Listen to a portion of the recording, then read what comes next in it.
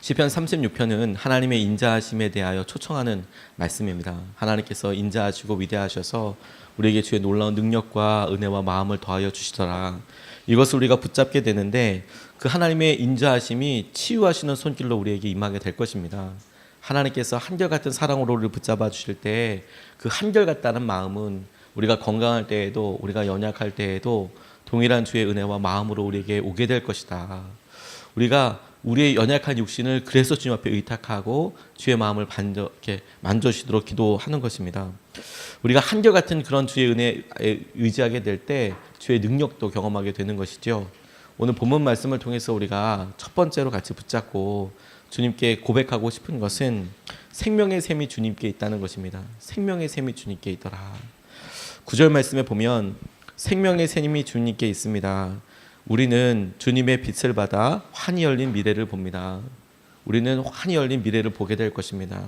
이게 오늘 우리 환우들 가운데 있게 될 주의 은혜로 믿습니다. 갑작스러운 질병과 사고로 인해서 우리 자신에 대한 염려와 걱정이 커질 때가 있습니다.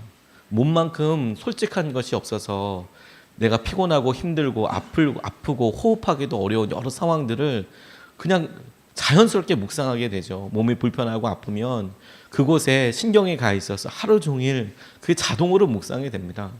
그런데 우리가 사랑하는 사람이 아프면 똑같이 그렇게 그 아픈 관계로 마음이 가 있습니다. 아이가 아프면 한결같이 마음이 거기가 있고 부모님이 아프시면 뭐 멀쩡하게 일을 하다가도 문득 생각이 나면 자신도 모르게 그냥 걱정과 한숨이 확 그 가운데 몰입이 되는 것을 보게 됩니다. 이걸 해야 된다 하지 말아야 된다 이렇게 생각하는 게 아니라 그냥 자연적으로 거기에 아픈 곳에 손이 가는 것처럼 마음이 가고 손이 가고 그렇게 것을 보게 되는 거죠. 근데 의사 선생님들 말을 들어보고 오랫동안 경험했던 우리 자신의 건강 상태를 우리가 잘 아니까 의외로 이것에 대한 좌절감과 실패감이 우리 가운데 많이 있다는 것을 보게 됩니다. 그래서 말할 수 없는 한숨이 나오기도 하고 어떻게 해야 하나 이렇게 생각을 하기도 하죠. 그런데 하나님께서 이런 여러 일들에 대해서 우리 시선을 확인하게 하시는 거예요. 우리가 무엇을 보고 있는가? 그리고 우리가 어떻게 지어진 존재인 건가? 하나님께서 우리를 말씀으로 창조하시고 하나님이 우리를 창조하셨다라는 사실을 우리가 믿음으로 떠올려야 하는 것이죠. 그게 우리가 아플 때, 고난받고 있을 때, 우리 주위에 사랑하는 사람들을 위하여 기도할 때 믿음의 핵심이 되는 것입니다. 고난 가운데서도 하나님을 떠올릴 수 있겠는가? 예수님께서 십자가 지셨을 때에도 그 순간에도 하나님의 뜻을 떠올릴 수 있겠는가? 그게 실제 육신의 아픔과 어려움들 가운데서도 우리가 믿음으로 하나님께 반응할 수 있는 가장 놀라운 통로일 뿐만 아니라 그 일을 통하여서 생명 대신 하나님께 연결되는 그런 순간이 되는 것이죠. 왜? 하나님께서 우리와 함께하고 계시니까. 하나님께서 생명의 샘이시니까. 우리가 하나님께 그 생명의 샘을 같이 먹고 누리는 것을 통해서 우리를 치유하시고 붙잡아 주시는 것을 우리가 함께 볼 수 있기 때문에 그렇습니다. 그분이 우리가 그분께 나아가고 의지하면 우리를 치유하시고 우리에게 환한 미래를 베풀어 주실 거예요. 아픔과 시련은 하나님의 치유와 능력을 경험하게 하는 통로입니다. 오히려 더 놀라운 주의 은혜와 역사하심을 보게 하여 주실 것입니다. 독일 분 중에서 중국 선교사님으로 가신 엘리자베스 자일러라는 분이 계세요. 이분이 7살 때 선교사로서 헌신하게 됐습니다. 하나님께서 하신 은혜를 내가 복음 전하는 일에 같이 쓰임받고 싶다. 그런데 아버지가 허락해 줄까? 이런 생각이 들더래요. 여자 몸으로 또 오래전에 100여 년 전에 그렇게 사역을 한다는 게 쉽지 않을 테니까. 그런데 그렇게 생각하다가 나이가 점점 차고 그리고 마침내 아버지의 믿음이 없는데도 불구하고 믿음 생활하시지 않는데도 불구하고 아버지한테 가서 이제 때가 됐다고 싶어서 말씀을 드렸답니다. 아버지 저 선교사로 가도 됩니까? 그런데 아버지가 그냥 이렇게 보더니 너 이제 다 컸기 때문에 네가 성인인데 네가 알아서 결정하지 그러렴. 이렇게 이야기하시더라는 거예요. 그래서 주님께서 허락해 주신가 보다. 그래서 짐을 다 싸가지고 아버지가 상관없다고 이야기하니까 하나님께서 이거 확인해 주셨나 보다 그렇게 생각해서 이제 선교회로 가게 됐습니다. 선교회로 가서 선교사 면접을 이렇게 보기로 약속을 정하고 그렇게 그날이 돼서 기차를 타고 갔는데 몸이 너무 아프더라는 거죠. 너무 아파서 기차를 타고 갈 때에도 중환자처럼 누워서 가야 하고 그리고 그 도시로 들어가서도 거의 간신히 면접한 데까지 갔는데 근데 이거 뭐 도저히 면접을 볼 수 있는 그런 상황이 아닌 겁니다. 너무 아프니까.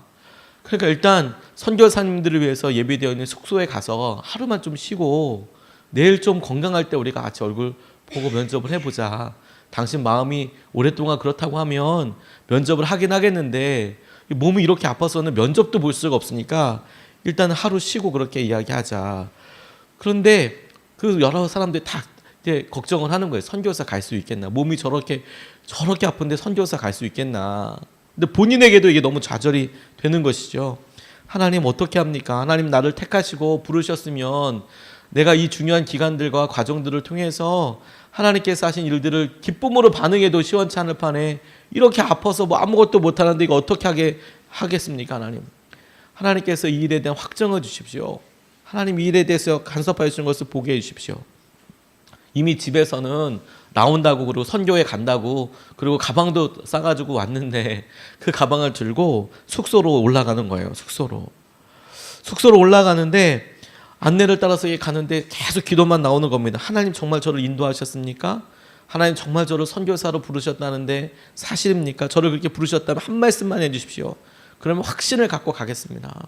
본인도 아프니까 몸과 마음이 지치니까 자신에게 주셨던 하나님의 마음에 대해서 계속 되묻게 되는 거죠. 정말 하나님 뜻입니까?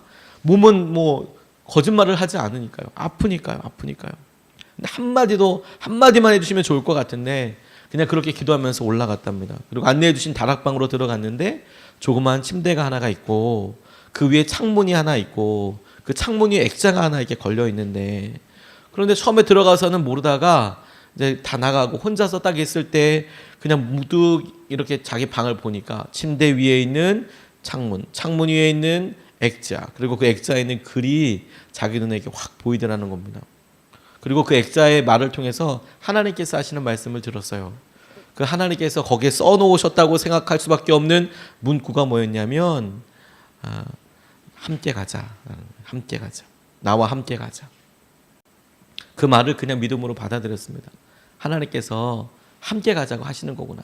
하나님과 함께 하는 것이고 그리고 가는 것이구나. 이렇게 이야기를 하고 너무 전율할 만한 하나님의 음성을 듣고 기도하고 근데 그 순간 열과 있었던 고통이 사라지고 완전한 치유를 받았다는 거예요. 그 순간에 완전한 치유를 받게 되었다. 그래서 그 다음날 면접을 보는데 완전히 딴 사람이 된 거예요. 어제 올 때는 이게 뭐 나을 수 있을까? 이런 생각을 했는데 선교 갈 수 있을까? 이런 생각을 했는데 하나님께서 내게 하시는 말씀을 듣고 보고 알게 되었을 그 순간에 하나님께서 치유하여 주셔서 그 다음 날에는 놀랍게 변화되어서 하나님께서 인도하실 그런 선교를 하게 되었다라는 이야기를 들었습니다.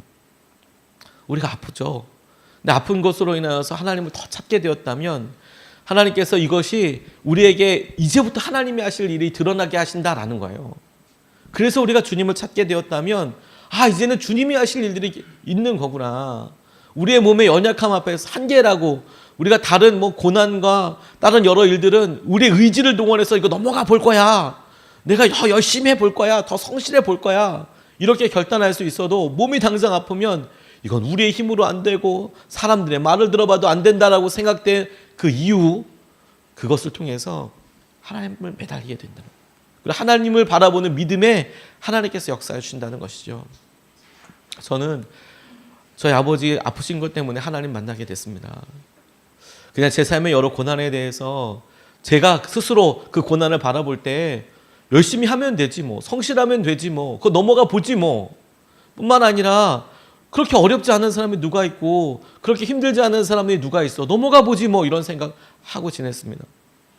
그런데 막상 육신이 무너지는 모습을 보고 그리고 의사 선생님들이 당장 내일의 삶에 대해서 기도해야 된다 이거 어떻게 할 수 없다라는 이야기를 들었을 때 덜컥 겁나게 되더라고요. 그때서야 우리를 진짜 창조하신 하나님을 붙잡게 되고 하나님만이 하실 수 있는 일이라고 인정하게 되고 그리고 하나님을 구하게 되더라고요.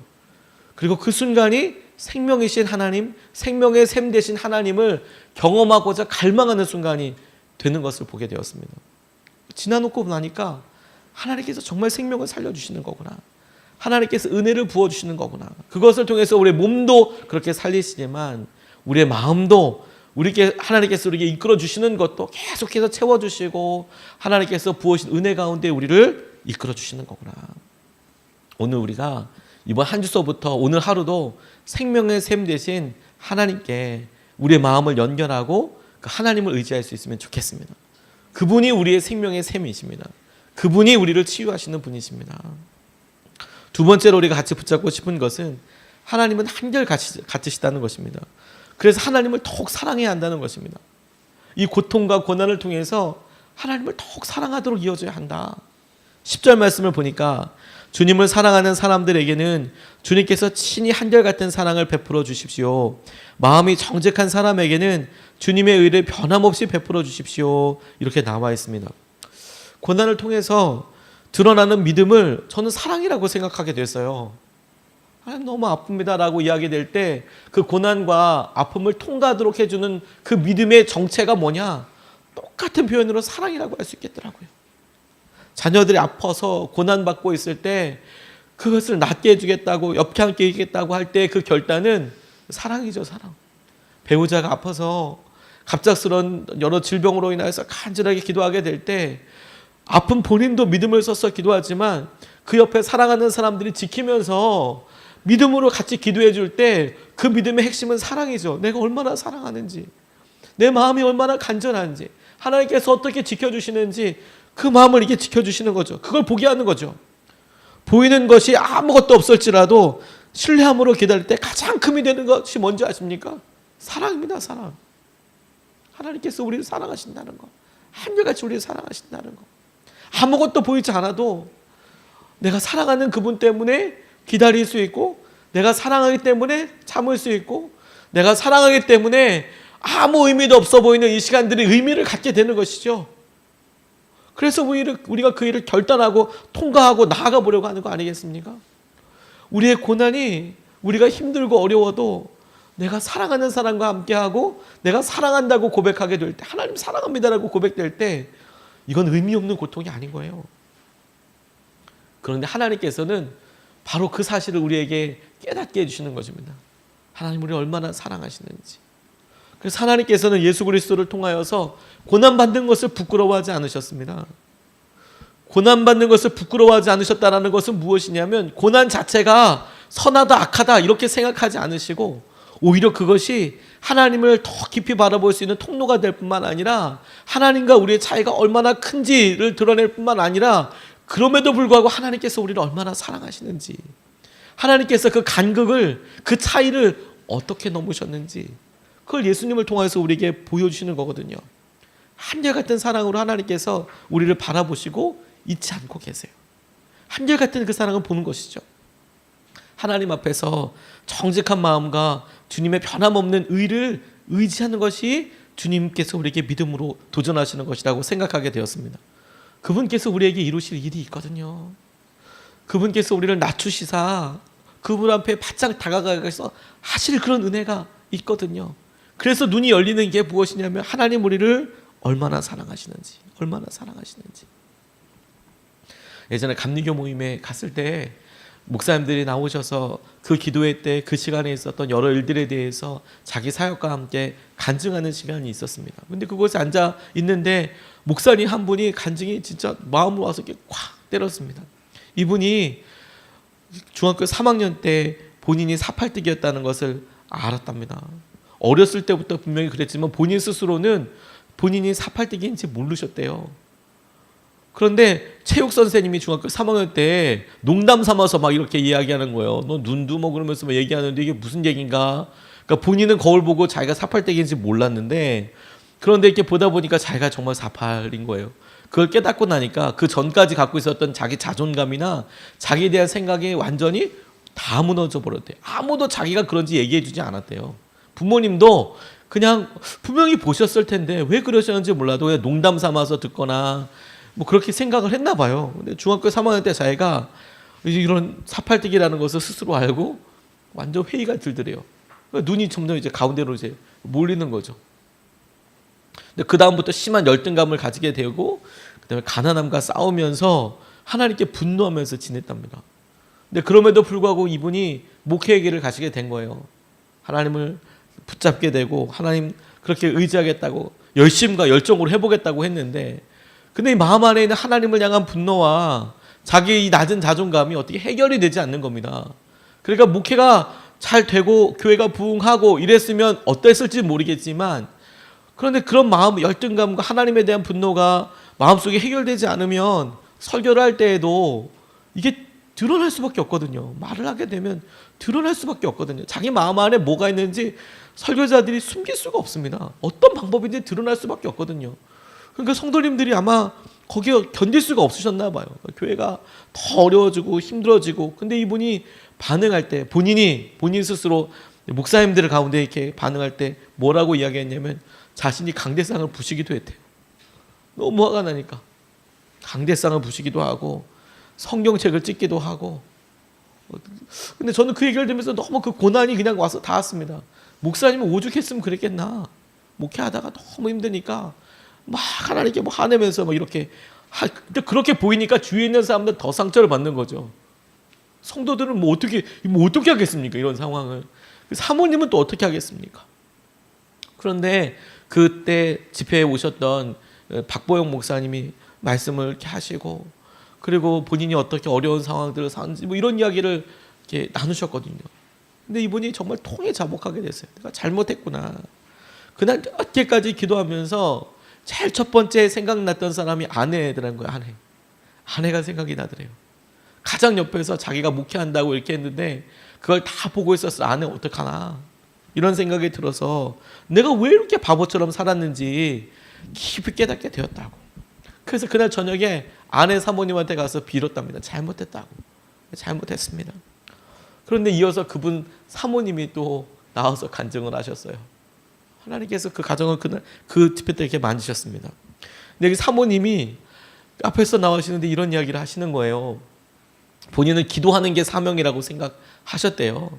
난 기도하는 게 사명이니까. 그런데 마침 목사님 한 분이 이렇게 뭐 사역하고 그러는데 내가 사모로서 기도만 하면 되겠다 이런 생각으로 결혼을 하셨대요. 근데 막상 결혼해서 보니까 생각보다 더 아니고 너무 힘들더라는 거예요. 더 기도하셨대요. 더 기도하고 더 근데 좌절이 되고 포기도 되고 너무 힘들더라고. 이제 안 되겠다. 이제 도저히 안 되겠다. 이 목사님의 이런 마음 안에 있는 해결되지 않는 것들과 이런 거 도저히 참을 수 없겠다. 그래서 도망가려고 결정을 하셨대요. 사모님인데도 나 이제 더 이상 살 수가 없겠다. 그런데 도망가려고 하는데 사고가 났답니다. 교통사고가. 그래서 하반신이 마비가 된 거예요. 하반신. 떠나려고 하는데 이제 자기는 완전 장애인이 돼서 하반신이 마비가 돼서 남편이 이거 대소변 수발을 다 받게 된 거예요. 제어가 되지 않으니까. 이게 뭐 어떻게 할 수가 없는 거예요. 다 받는 형편이 되니까. 그러면서 가만히 이분이 생각해 보니까 주님께 기도하지 못한 것이 그렇게 회개가 되더래요. 생각해 보니까 기도하려고 내가 이렇게 왔는데 기도를 받는 입장, 이게 기도하는 게 더 쉽지 기도를 받는 입장이 되니까 너무 힘들더라는 거예요. 너무 힘들더라는 거예요. 그래서 회개하면서 열심히 그래도 하려고 뭔가 하는데 또 사고가 더 났답니다. 그러니까 이제 더 좌절이 되는 거죠. 그렇게 해서 뭐 어떻게 말씀도 안 되고 힘들고 이렇게 하려고 하는데 그냥 주님께서 이 삶에 대해서 순종만 하려고 하시는 거구나. 자기 상황에 지금 그러니까 주님 앞에 기다리고 기도하면서 이렇게 그냥 이렇게 지내야 되는 걸 다 체념하고 이렇게 그냥 기도만 하고 계시는데, 그런데 그 전날 밤에 남편이 오더니 울면서 회개하더라는 거예요. 자기한테. 잘못했다고. 근데 원래 이 사모님은 하반신의 감각을 다 잊어버려서 이제 시간에 따라서 화장실에 가셔야 되는 분입니다.